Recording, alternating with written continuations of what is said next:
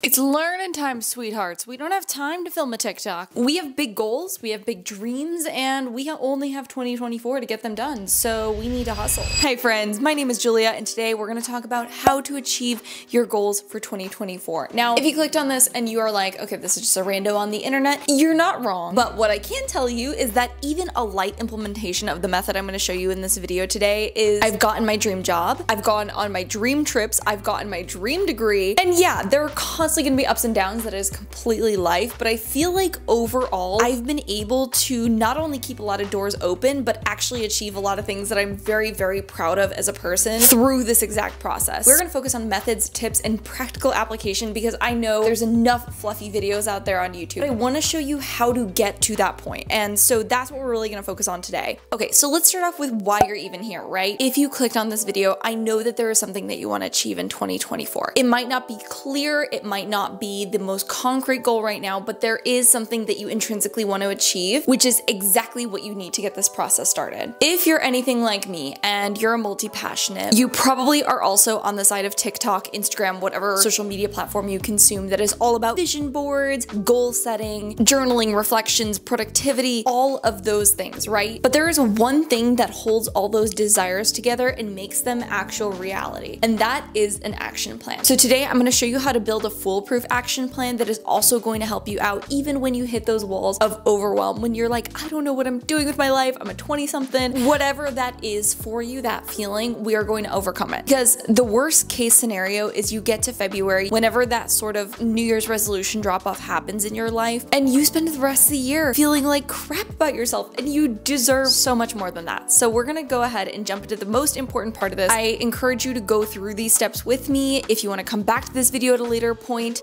do what you need to do, but we're gonna talk through it, starting with vision boards. I'm gonna grab a little pillow here. There we go. Vision boards, I have a love-hate relationship with. I think there's a good way to do them, but they also have this kind of weird way that they can make us feel like we're getting a lot done, but that might not necessarily be the case. That is why when it comes to vision boards, you're gonna wanna do something called dreamlining. Dreamlining is a method that comes from the book 4-Hour Workweek by Tim Ferriss. It's a great read. Might do a video, book review kind of thing. In the middle of rereading it and doing very detailed notes, so might be worth the time. Dreamlining is where you define your goals into 3 very specific buckets. Every single goal has to be something that you want to have, you want to be, or you want to do. Now again, I think this is very different than how a lot of people approach vision boards because they're afraid of being materialistic. They're afraid of their vision board not like looking good to other people, which is exactly what this process kind of undoes for us. So with dreamlining, you're gonna pick 3 to 5 things that answer each one of those questions. So if I were to make a vision board, that's gonna be 3 to 5 things that I want to have by the end of the year, 3 to 5 things that I want to be at the end of the year, and 3 to 5 things that I want to do by the end of the year. And by the end of this, you'll have a maximum of 15 goals. We'll talk a little bit more about that in a bit. This is a fantastic, fantastic way to start your vision board process. Another little note here is if you're actually dreamlining the whole literal sense in the book, there are more steps to this, such as figuring out your target monthly income, how to budget, how to build a life plan. So I do encourage reading the book and still giving it a spin. I think the most valuable part of dreamlining is the have, be, do questions. All right, now that we've done the dreamlining part of this process, we're gonna go into actually sourcing the images.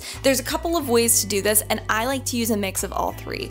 The first of which is Pinterest. If you want your vision board to be beautiful, like I'm sure all of us do, I will just slap on the word aesthetic after whatever I'm searching for. So if one of my goals is I want to get into tennis lessons this year, I would search up like tennis aesthetic or tennis lessons aesthetic on Pinterest, and that's a really good way to find these just visually compelling images. However, and I'm going to be serious about this one for a second, you gotta be specific with the images you pick. There shouldn't be confusion about what you're actually getting at. You want it to be super, super clear because that's what's gonna motivate you. That's what's gonna pick you up off the ground when you need this vision board the most, which is during those moments of lacking motivation, lacking discipline. Another thing I like to do is I like to take videos or screenshots of things that I saved on social media. And the last thing, which I believe is the most valuable of all, pick images from the previous year that you are most proud of or you feel like encapsulate who you want to be. So let's say you took a really fun beach trip with friends and part of your goal is you want to be more connected with your friends, you want to travel with them more. That picture would be something fantastic to add on to your 2024 vision board or whatever year you're creating it for. Also, if you're not big into the vision board thing, I get it. It can feel a little kitschy at times. There are two other things that I really recommend. Make a scrapbook, but from the point of view of yourself at the end of the year, or like write yourself a letter basically describing all the things that you did that year. I incorporated this into my vision board this year. It's my first time doing it, so see how it turns out. I can tell you for a fact, it was so fun to visualize myself at the end of this upcoming year being like, yeah, I went on that dream trip and I got this cool job opportunity, and it was just so enlightening. I actually felt excited. Or if you want an extra challenge, or you make a vision board that is limited only to your own photos. So you can take new ones if you want, like things that are aspirational or things that you kind of want to emulate more of in your life. You can just look at the previous year's photos, just go through your iPhone camera roll, whatever, pull from those. Gonna have ourselves a little sip of coffee before getting into the goals section. All right, so you got this beautiful vision board, right? It's looking good, you're feeling great about it. We are gonna turn these into goals now. So what you're gonna do is you're gonna take that list that you wrote down before you kind of made your vision board, and we're going to spin off and brain dump off of those things. And again, if you're still not really at that goal step yet, you can write down daily processes or things in your lifestyle that you need to become or would benefit from becoming in order to achieve those goals. But once you have all of those, we need to answer 5 very important questions for each single one of these goals. So you might know about this already, but there's this thing called SMART goals, and there are these 5 questions that you need to answer in order to make your goals actually achievable. It needs to be specific, measurable, achievable, relevant, and timely. SMART. We're gonna go through an example, but if you find yourself getting stuck on any one of these, I would try to focus on just the first 2, which are the specific and measurable parts, because the rest will kind of fall into place once you get those down. All right, so one of the things for my vision board this year is I want to be a successful content creator, right? I think that's something that a lot of us are aspiring to do, especially on YouTube. So let's talk about that. Being a successful content creator is a great vision, but it's not a great goal. So what we can do to make it more specific is I want to be a successful YouTube creator, right? That's already a little bit more specific. We narrowed it down to the platform that we're gonna focus on, and now we can take that in action on it. How do we measure what a successful YouTuber looks like? This is important. When you're picking the measurable part, I want you to focus on things that are within your control. So I can say like, I wanna have 250,000 subscribers. Great, but I don't really control how many subscribers I have. I can influence it, but I cannot decide it. What I can decide though is how many videos I'm gonna post. So let's say in the year 2024, I want to post 100 videos. That's a huge goal. I totally realize that. That is like 2 videos a week. So maybe some of them are going to have to be shorts, but you get it. At least it's measurable now. How do we make the goal achievable? Let's think about it. Maybe 100 videos is great, but when I think about it and it's 2 videos a week, that is really challenging. That's really, really tough. I work full time. I have other content platforms I make on. That's not maybe the best option for me. Let's narrow it down to 50 videos. I'm gonna make 50 videos this year. 1 video a week. There we go. That feels a lot more achievable. For relevant, I'd say this is pretty relevant. Something I've been struggling with a lot is the consistency part and the posting part. I get very, very hung up even if the video is done. Like, what if it's not good enough? What if it's not this? What if it's not that? I realize I need to get some of that out of my head. So yes, it is in fact very, very relevant. So T stands for timely. When are we gonna get these videos done? We are gonna get these videos done by the end of the year. It's gonna be 1 video per week. And so what I'm gonna do now, and we're gonna talk about this in a second, so just bear with me, I'm going to schedule every single one of those videos, or at least some kind of recurring event on my calendar for when these videos are gonna go live weekly. And that is that, okay? Again, if things on your dreamline already work with these goals, just stick to those. It's gonna make your life a lot easier. And I'll be honest myself, a lot of my goals are not built like this. That might speak to how they are successful. If you are struggling with these things, or you kind of just want a little more time to figure it out, we can build on them, and the way we're gonna build on them and make them actionable is through habits. Because let's be real, it's easy to make a goal and then you come back to it and you're already behind and you just kind of want to throw the whole goal out because it already stressed you out enough. You're like, I'm done, I'm out of here. We're gonna make sure that doesn't happen. So that's why we're gonna talk about habits next. Okay, habits. Habits are a tricky little thing. There's good habits, there's bad habits. I think a lot of us get confused and overwhelmed, and sometimes they feel very separate from our goals, but still,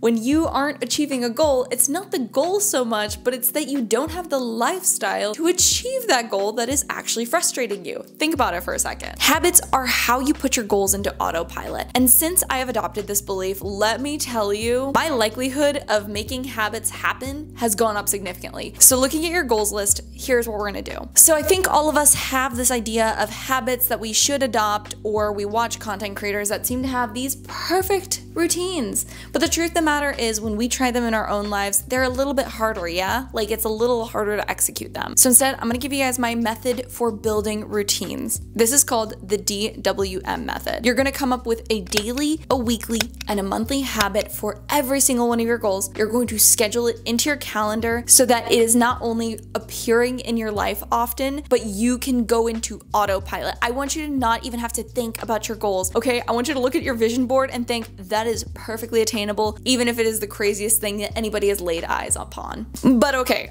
Julia, like, how do we build this routine? Let's go back to that posting 50 videos on YouTube a year example. So we're gonna start off with what you can do daily for that goal. In this case, that might be spending 15 minutes on YouTube a day just studying trends and taking notes. Maybe I have a little notebook and I just jot down my observations. Observing trends is my daily habit. I'm gonna schedule this in every morning when I wake up. Instead of actually watching content, I'm more observing content, and that's what we're gonna do. My weekly goal is going to be posting a video because, right, we've already decided to post 50 videos a year. You need to post one video a week. That's the cadence that you need. Now, on a monthly basis, you have an evening where you just look at your analytics, you study what worked, and you take notes into the next month. That's all you need to do, and that is your goal setting routine. That in and of itself is 3 habits that you can implement on different cadences so you're not like overwhelmed every single day. Now, the key thing here, you guys, and I am going to try not to raise my voice, but it really gotta reinforce this. You have to put this in your calendar for it to stick. If you struggle with executing your goals, the most likely problem you have is not you, it is that your goals are not visible. You don't see them every day, and so you have a hard time even identifying what they are. Because let me tell you, by the time you get to March, April, maybe you guys have some kind of rush at that time of the year, your goals are getting drowned out by the urgent stuff in your life. When this urgency cycle happens for too long, you lose sight of your intention. And so all you're really left to work with is your motivation, which if you're giving your motivation to getting those urgent things done, you see what I mean? Pockets empty. That's why we need discipline. That's why I think motivation and discipline are 2 completely different things, because believe it or not, we can control our discipline a whole lot more than we can control our motivation. This discipline is going to help you overcome the negative self-talk. It's going to help you regulate your emotions, and it is going to help you get back on track and find the next step to work towards your goals again. And again, let me be super clear. Sometimes getting through the slump is taking the deep breath. Sometimes it is relaxing, and I think we all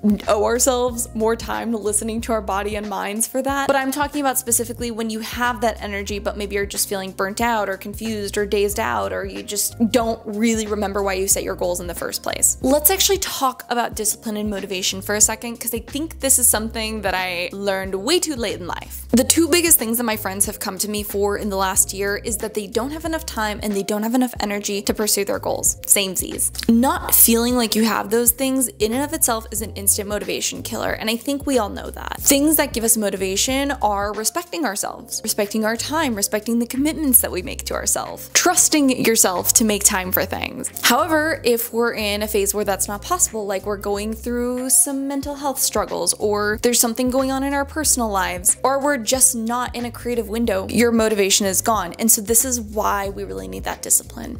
So just rapid fire, here's a couple of ways that I have built discipline as an adult. Put your goals somewhere that you interact with them daily, such as a calendar, your planner. I know we talked about this earlier, but I just want to reiterate it for the sake of this video. You need a routine for how you're going to work on your goal. If you have a certain way that you like to edit your videos and a certain environment that you do that best in, do that. Have a really easy task that comes right before you always do the challenging one. Management. If you have a task that you've put off for more than 2 days in a row, I want you to write down underneath the goal or wherever you're keeping it, what thoughts come into your head whenever you try to start it. I am so embarrassed to admit that I just started doing this like 2 months ago. Yikes, I know. And here I am trying to be a productivity YouTuber or something.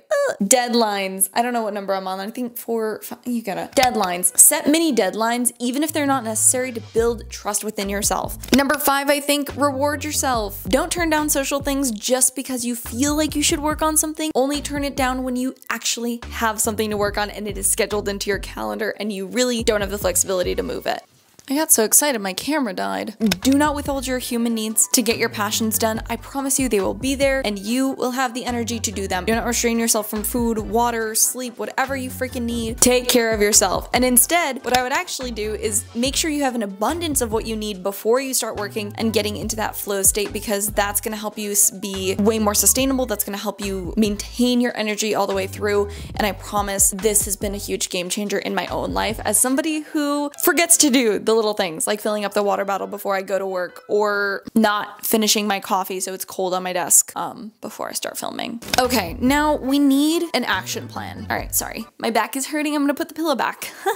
We already talked about this, but schedule those daily and weekly habits at a bare minimum into your calendar right now. If Tuesday evenings are a good time for you, pick then. Saturday mornings, just take a look at your schedule and try to anticipate what is gonna work best. You can always adjust this later in the year. Let's say you're a college student and you have different schedules during different semesters. Obviously, you're gonna have to tailor some stuff. That's okay. Turn on reminders and alerts for all of your goals too. If you want to use the reminders app, I think that's a really great one. Then at the end of every month, this is more of a bonus, but I think it's really valuable to reflect on what has happened previously. Make it easier to know when you need to pivot on something. We all struggle with goals, whether social media makes it look that way or not. Even the people that seem to have everything going for them often have bigger goals or very different goals than what they're actually achieving. And so if you ask them, they might not feel successful. And I don't think that's the craziest thing in the world. Also, we all have access to different things and we are born innately with different talents. So don't compare yourself to where someone else is at, all on our own paths. And I know this might seem really type A and disciplined now that we've gotten to the end of this action plan, but give yourself grace when you need it and try to give that same grace to others as much as possible, maybe even twofold what you would give yourself. Have friends as accountability buddies too. I personally feel so much better when my friends are the ones holding me accountable. Ultimately, I'm so happy with what 2023 has brought me. I mean, there are truly some incredible things that have happened this year, and this is probably gonna be, if not the first video I post in 2024, the last one I post in 2023. So that in and of itself, let me just be super clear. I know I haven't posted much on this channel, but I'm so